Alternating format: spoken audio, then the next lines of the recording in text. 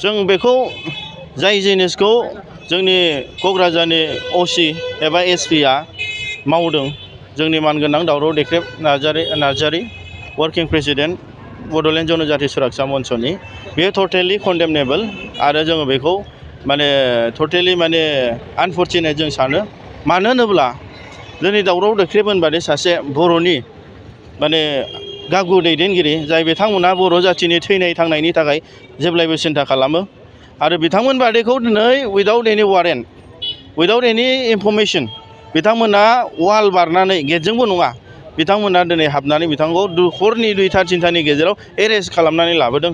बिथाङा सासे बैसो जानाय सुबुं बिथांखौथ' दिनै आयेननि बाबै माने बैसो जानाय मानसिखौ हराव दिखांनो मोना इट्स अलरेडि बिथांमोना क्राइम मावदों। बिथांमोना दिनै ल'खौ बिसोर आखायाव लादों दिनै हर वारेन्ट गैयालासिनो सोरनिबा न'आव थांनानै बिथांमोना दिनै सोरखौबा एरेस्ट खालामनो हानायनि खुनु मोनसे मोन्थाय गैया। दा बेखौ लोब्बा लानानै जोङो बड'लेण्ड जोंनि बर' माहारियारि फरायसा आफादा बेखौ जों टटेलि कन्डेम खालामदों। मानो होनोब्ला दिनै जोङो बेखौ मिथिगौ दे आसामनि चिफ मिनिस्टार बिथांनि आरो जोंनि माखासे आसामनि इन्टेलेक्सुवेल श'भिनिस्ट बर'नि एबा एन्टि ट्राइबेल बिथांमोना दिनै जोंनि बर'नि माखासे दैदेनगिरिफोरखौ साफा एरेस्ट खालामनानै बिथांमोना दिनै कनफाइनाव दोननो हायोब्ला जेलाव सोनो हायोब्ला फैबाय थानाय जिथु माने डिलिमिटेसननि जे खामानि बे खामानिया बिथांमोना मोजाङैनो मावनो हागोन सानदों।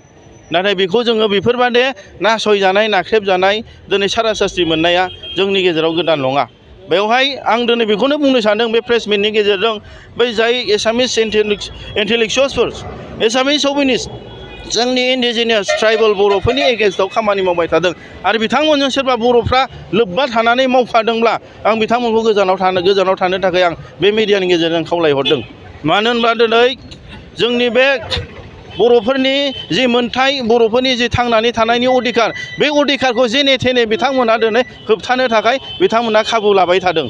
दा बेनि थाखायनो आं दिनै प्रेस मिटनि गेजेरजों आं बुंहरदों रावबो पुलिस डिपार्टमेन्ट रावबो पलिटिकेल पार्टिया दिनै आयेननि देरसिन जानो हाया ल'नि देरसिन जानो हाया नङाब्ला जोङो दिनै गोख्रों सोमावसारनानै जों गभर्नमेन्टनि बिरोधि जोंनि थांनानै थानायनि बर'फोरनि राजनितिक अधिकार बर'फोरनि माने सेल्फ डिटारमिनेसननि थाखाय जों खामानि मावलांगोन खुनु रावखौबो जों गिनायाव गैया।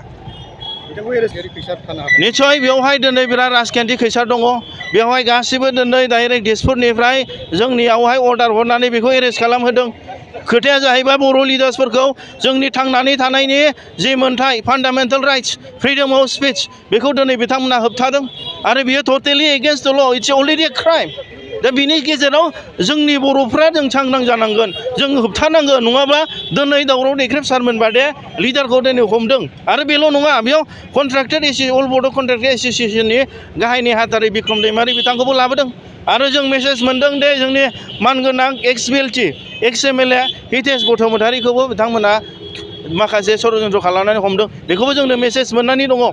दा खोथाया जाहैबाय बर'फोरनि मैखोम माने गोरा लिडार बिथांमोना बेखौ दिनै माने खुगा मुथुनो थाखाय बिथांमोना नाजादों बिथांमोनखौ मेन्टेल टर्चार होनो थाखाय बेफोरबादि षड्यन्त्र खालामदों। दा बेखौ जोंनि बर'फ्रा आरो गोदान निउ जेनेरेशनफ्रा जों सांग्रां जानांगोन। मानो होनब्ला दिनै नै बेफोरबादि जोंनि बर'फोरखौ नासयनाय गादबनाय आरो सोबख'नाय बेनिफ्राय जों उदां जानो थाखाय जों जेब्लायबो सांग्रां जानांगोन आरो जोङो दिनै बेखौ जोंनि मेन्टेलिटिया क्लियार जानांगोन।